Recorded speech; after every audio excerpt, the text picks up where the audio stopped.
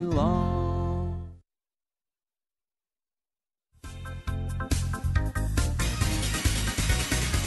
Welcome to We Mean Business. I'm Steve Dorfman. You know, I often say that the most sustainable path towards business growth is to get really good at creating and generating those repeat and referral buyers. But a lot of you are left scratching your heads wondering, why aren't I getting more referral business? Why aren't I getting my fair share of referral business? Well, today's guest is going to help us answer that question. He is the expert on the topic. He is the referral coach, and he's even written a book on this very topic, Beyond Referrals: How to Use the Perpetual Revenue System to Convert Referrals into High-Value Clients. We're here today with Bill Cates. Bill, welcome to the show. Thanks, Steve. Great to be here. So when you were fresh out of college, you had a memorable experience that really raised an awareness around this whole referral thing. Why don't you tell us what happened? I did. Well, my first job out of college, first of all, I had a degree in sociology. You know, what's that worth? I was shy, I lacked confidence, so I took a job in sales. And my first job was selling home improvement services, not a very sophisticated selling situation. In fact, we didn't even set the appointments. We just had them set for us, and we had to show up to try to make the sale. Window replacement, siding, roofing, you name it. So my sales manager was a guy named Larry. All right, so I'm 22, he's 23, and he'd been in it about 9 months, so he had 9 months on me. So it was my job to, you know, watch him do his thing for about 4 weeks. And the 5th week was my turn to start to do it again. You know, he'd watch me. So I'll never forget my first sale, very nice home, Bethesda, Maryland, suburb of Washington, D.C. I walked out with a contract. I had driven that night, so I'm getting ready to start the car, and he puts his hand on mine. He won't let me start the car. I said, "What's it up? You want to debrief or something?" He says, "Actually, Bill, you forgot the most important thing." I said, "Larry, I got the contract at signed. I got the check at signed. What did I forget?"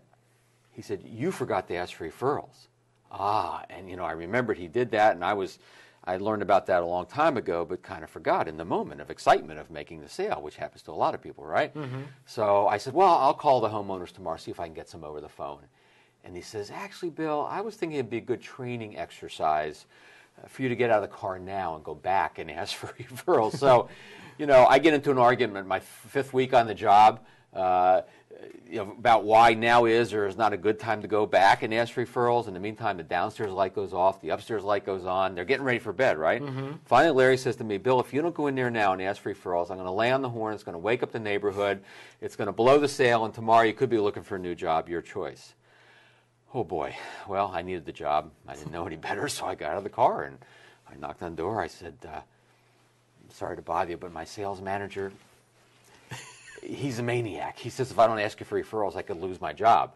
Now, what saved me in this predicament is this guy was a sales manager. So not only did he appreciate, you know, me asking for referrals, wishing his reps would do it, he appreciated the courage, if you want to call it that, for going back in and asking for referrals. He brought me in, sat me down, and says, "Bill, I got some people I'm going to introduce you to. I'm going to help you out." Gave me names, numbers, information about these people. He says, "Bill, don't call them tomorrow morning.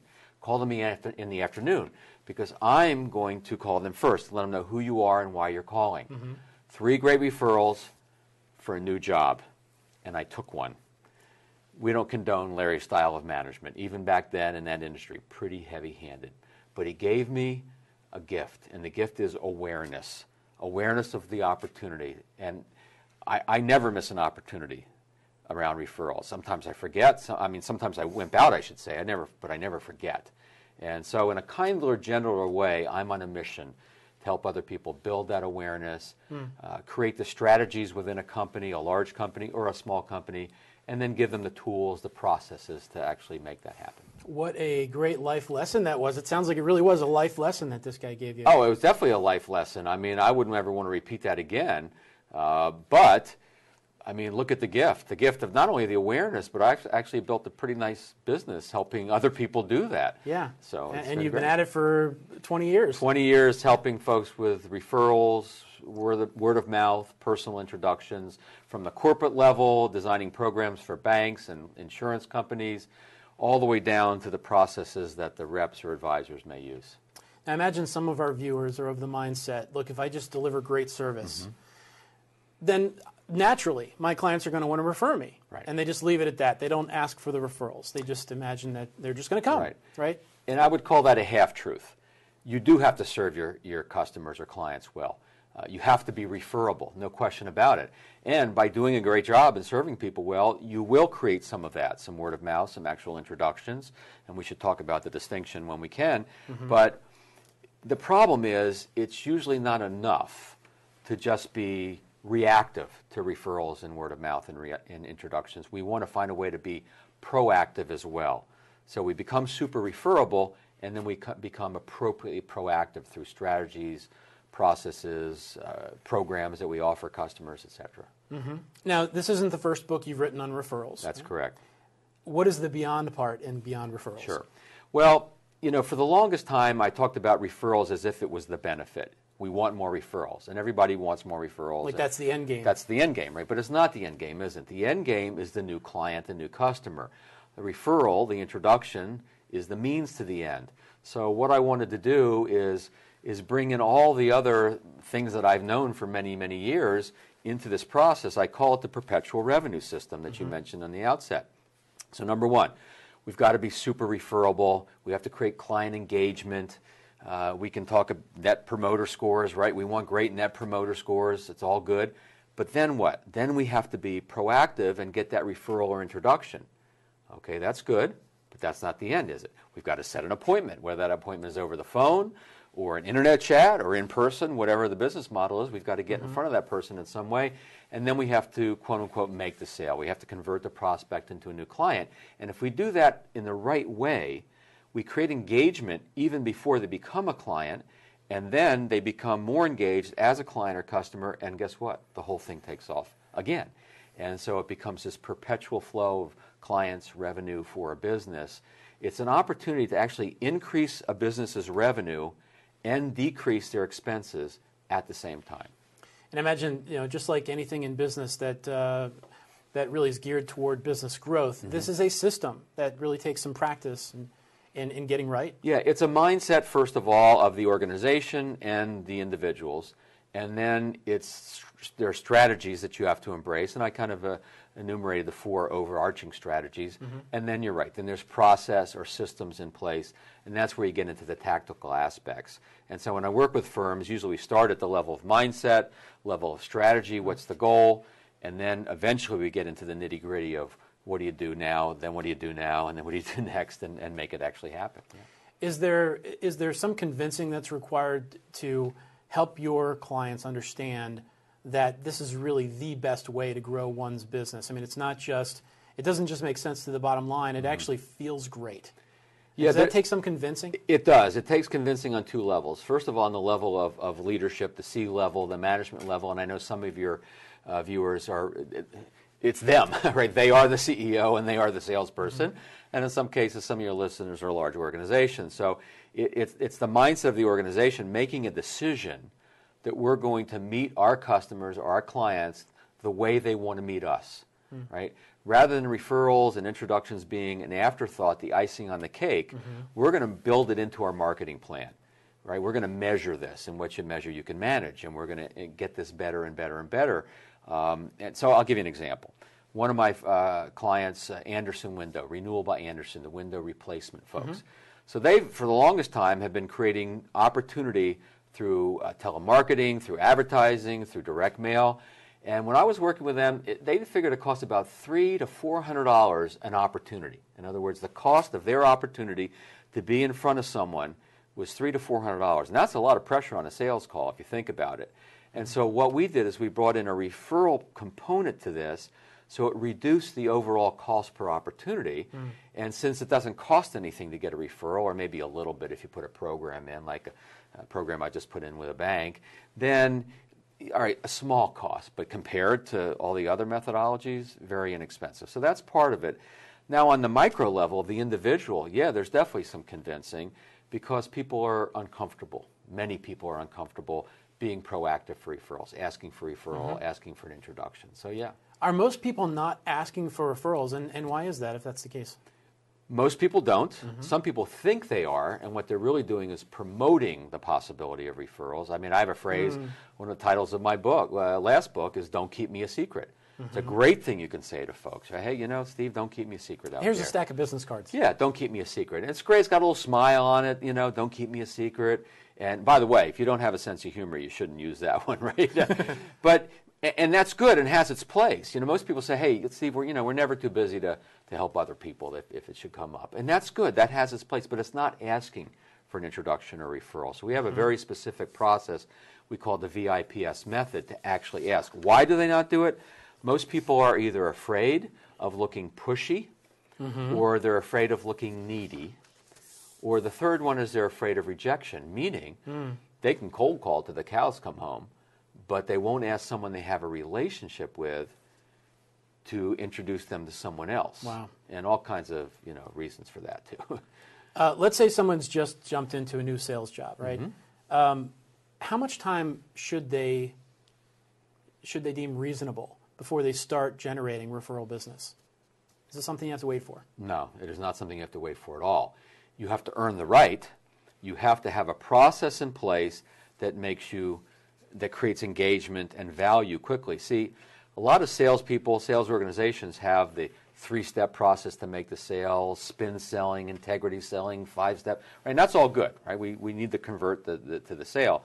But we want to do it in such a way that creates the engagement where we become referable at the same time. So if you have the right process in place, not only will you make the sale, convert the prospect to a client, but you'll also become referable in that process, and you don't have to wait a long time to make that happen. You can make it happen sometimes in the very first appointment. Yeah. Now, I recommend Net Promoter Score. In fact, I've interviewed on this show the CEO of SatMetrics, Richard Owen. Yep. And we talked about how it is important to measure, and it is ultimately it's important to measure the loyalty that a client has with you. And of course, the ultimate question is, on a scale from 0 to 10, how likely is it you'd recommend company X to a friend or colleague? Right. Now, you say that most companies are missing an opportunity once they have the data. So talk about that a little bit. Sure. First of all, I think the whole work that's been done on Net Promoter Score is brilliant. It's wonderful. It is a great question to ask. Would you be willing to recommend us? The problem is it's not really the ultimate question. The ultimate question is, are you doing it? Or does the company have systems in place, processes, mindset to make that happen, to encourage that to happen? And so when I work with banks, for instance, many banks measure their Net Promoter Scores, and they call me up and say, Bill, we've got great Net Promoter Scores, but we're not getting many referrals. I said, well, it's a common problem, and I think I can help. And so it's not the end game, right? In fact, the referral is not the end game. The end game is the new client. So do you have a mindset and a process in place to take these great Net Promoter Scores, which is an indicator of satisfaction and loyalty, and then leverage it? So it's all about leveraging these Net Promoter Scores to create word-of-mouth, referrals, introductions. Very good. So a lot of times the way referral gets set up is the person who's making the referral will say, you know what, you really should call Jim. Just give him a call and tell him you got his name from me, right? And you've got a way to set that up. We've got to take a break. So when we come back, we'll talk about that. Great. You're watching We Mean Business. I'm here today with Bill Cates discussing his book, Beyond Referrals. We'll be back in seconds.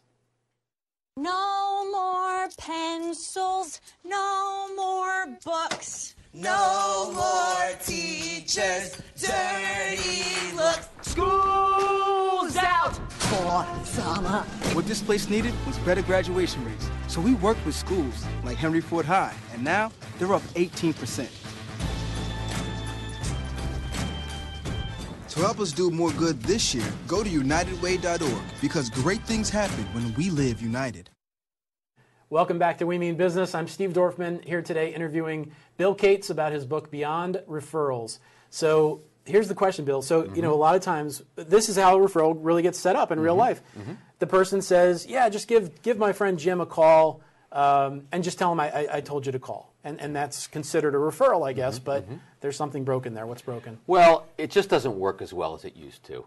There was a time we could actually reach people when we called them, right? And now it's just so hard to cut through all the noise. People don't answer their phone if they don't know who's calling. They often don't even open the email if they're not really clear who it's from and what it's about. So the problem is it's just not as effective as it used to be. And so, yeah, that's a kind of a referral. Use my name, he'll probably take your call. Well, yeah, maybe, maybe not. So I'm trying to go for the introduction, right? So I could say, great, I appreciate that, and you know, my guess is, Steve, he'd probably prefer to hear from you before he hears from me, don't you think? What a great line. And they'll say, well, yeah. See, most people do want to protect their relationships with their friends. They don't want to just sick a salesperson or someone on them. So I give you an opportunity to consider that. Now, you may say, look, we have a great relationship. Really, you know, send them an email, use my name, it'll be fine. So if you guys do that all the time, okay, I'll accept that. But in most cases, we've got to get that connection. We've got to get connected before they'll give us the time of day. And how would you like to introduce me to Bob? Right? Let's talk about how you introduced me to Laura, so you know, so she's at least interested in hearing from me. It's great. You mentioned a couple times so far about being more referable. So give us a couple tips on how to be more referable. Well, there's two places we can become more referable, if you will. The one is early in the relationship, and then the other is throughout the relationship. So early in the relationship is all about, and I alluded to this before the break, it's all about having a process in place that provides great value every step along the way and isn't just designed to make the sale. So a lot of that has to do with teaching and educating. I saw a study not too long ago, a study of buyers, people who have purchased something from a sales rep or a professional, and they found one of the top things is that he or she educated me, taught me, helped me make an educated decision. And that's really what sales is anyway, just helping someone make an educated decision. So if you ask good questions, get them thinking in ways they haven't thought before, you become referable more quickly. And then you want to have processes to stay referable over time. How you engage with the clients over time will increase that referability. So one of the things I loved reading about is the idea of attending events with your clients and how to leverage that. Can you talk about that a little bit? Yeah, there's a few ways. First of all, your clients, if you create client engagement, if you engage in clients, which means they feel engaged with you as an individual, business friendship, and the value that you provide. That's in client engagement, customer engagement. Like you're on the same side of the table, sort of. Yeah, absolutely. And you become business friends in a way. And most people know what I'm talking about. Most people just don't have processes to make that happen more often. So then what happens, a good sign of client engagement is your clients are inviting you to things, right? Whether they're personal or business. And then we can also create our own events for clients. Client appreciation events, marketing events. And what happens is when you connect with clients, you connect on the business friendship, you create more engagement, you learn more things about them, related and unrelated to the work you do, and it's the client engagement that really drives loyalty and referrals and introductions. And so getting together in person is important. Yeah, and I imagine, this happened to me recently where a client of mine invited me to his Rotary group. And, he's introducing me to his fellow members, and he's telling me what I've been able to do for him and how I've been able to help him. A walking testimonial, right? Yeah, and now I'm going to be a speaker for that group. Perfect. But yeah, there's obviously power in that introduction. We've all got several circles that we're a part of, and what a compliment when a client offers to bring you into one of their circles and introduce you around, right? Yep. You talk about word of internet in the book. Word of internet. Right. What is it, and how should we be leveraging it? Well, obviously, it's a play on words of word of mouth. That's what a lot of the internet is really just another vehicle for word of mouth. The principles are the same. You have to be referable. You have to have a story worth talking about. If you want people to talk about you, in the words of a song, give them something to talk about, right? So you've got to be referable. You've got to create those wow experiences, all kinds of stuff that create that. And then, of course, Twitter, Facebook, LinkedIn, Pinterest, Instagram, all the tools that are out there are really word of mouth machines. Now, the biggest introduction machine of them is LinkedIn, right, where it was built to create actual introductions. So we know the distinction between word of mouth and introductions, and we use the tool appropriately to get what we're looking for. A growing number of people are turning to online reviews. Sites like Yelp and even Google reviews has gained popularity. Sure. Angie's List and the like. So, in your opinion, how powerful are sites like these when it comes to referrals or adding credibility or any of that? Extremely powerful. It's the testimonial, or as my friend used to call it, the testabalonial. That's right. But it is the third-party endorsement. Some people call it social proof. It's a cousin to referrals, right? Because it's related. People with a common interest are saying good things about you. And Even if you know that a website only puts good endorsements on their website. Forget the Angie's List or TripAdvisor. Your own website, you have testimonials. It still works because it goes into the emotional part of the brain. It goes into the decision part of the brain where someone decides to work with you. So they're huge, and we should always be working on positive reviews, testimonials, etc. How do you feel about the difference between the written testimonial and the video testimonial? Well, I mean, video is king these days. There's no question about it. It just makes it more real. So for the longest time, I used written testimonials, but I always used the photograph of the person. I mean, if you go on my website, referralcoach.com, you'll see that the testimonials I have, while we're starting to bring in a lot of video, all the others are the photograph of the person because you want to make it real. It's not just CJ from Dallas. Does that person really exist? Right? Then people say, well, how do you do that? Well, you get permission. Yeah. And if you have advocates for your business, these people are happy to do that. Right. And now we're collecting video testimonials, no question. Right. And with the written testimonials, I've never had anyone say, no, I don't want you. Actually, one time I had somebody, no, I can't use my full name or my company because of my position with the company or the industry that I'm in. And, But 99 times out of 100, they'll say, yeah, absolutely. People love to do it sometimes. They'll work hard on it for you. Yeah. Which raises a question, actually. So, sometimes this happens where you might ask for a testimonial, and the person then says, well, why don't you just craft something, and I'll approve it, I'll sign it. And what do you have to say to that? Well, I do that sometimes because I want to make it easier for them, and quite often I'll volunteer to do that. But here's the crux. The crux is what we call the value discussion.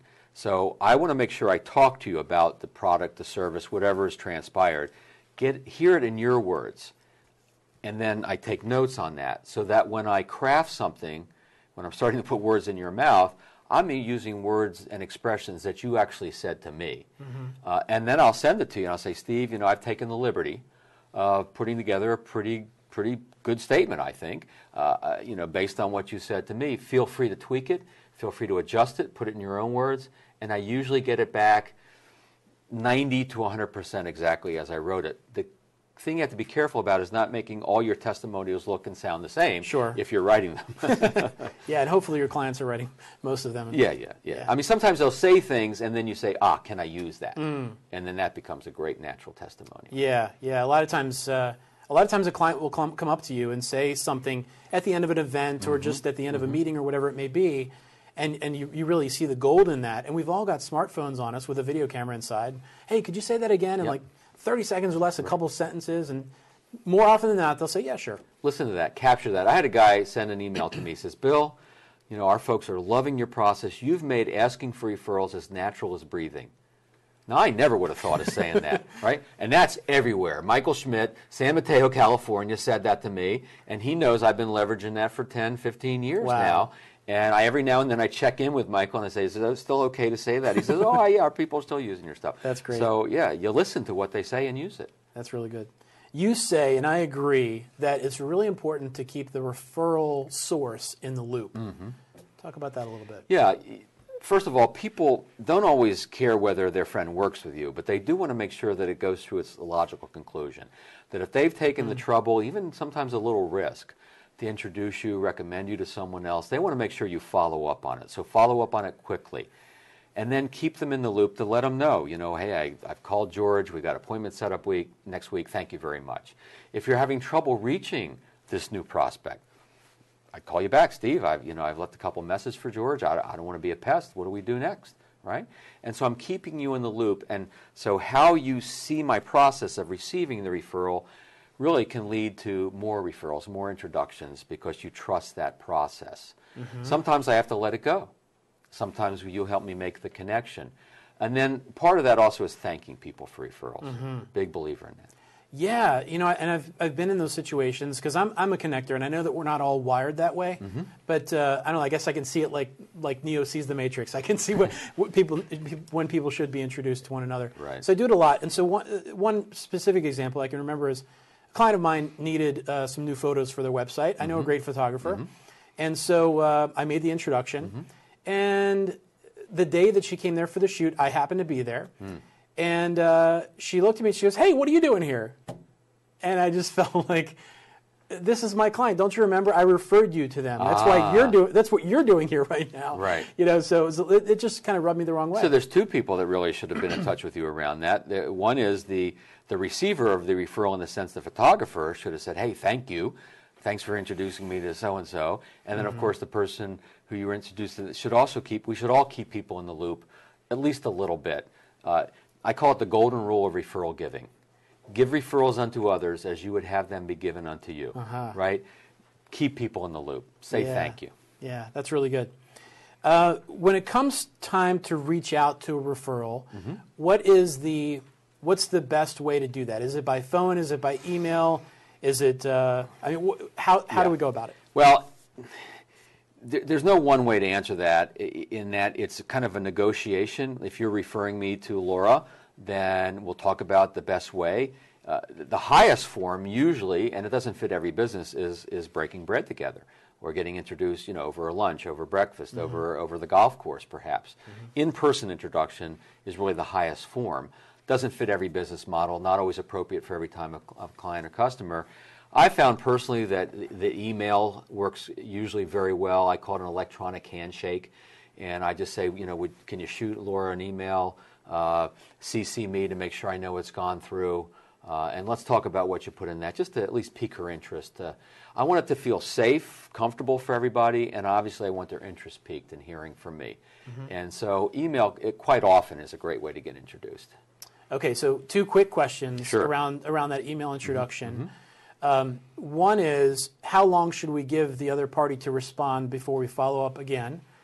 And then the second question here is, you have a tip for getting the referral to open the email in the first place, right? With the subject line. So, well, yes. So first of all, you respond pretty much right away. You don't wait for the receiver of that email introduction to reach back to you.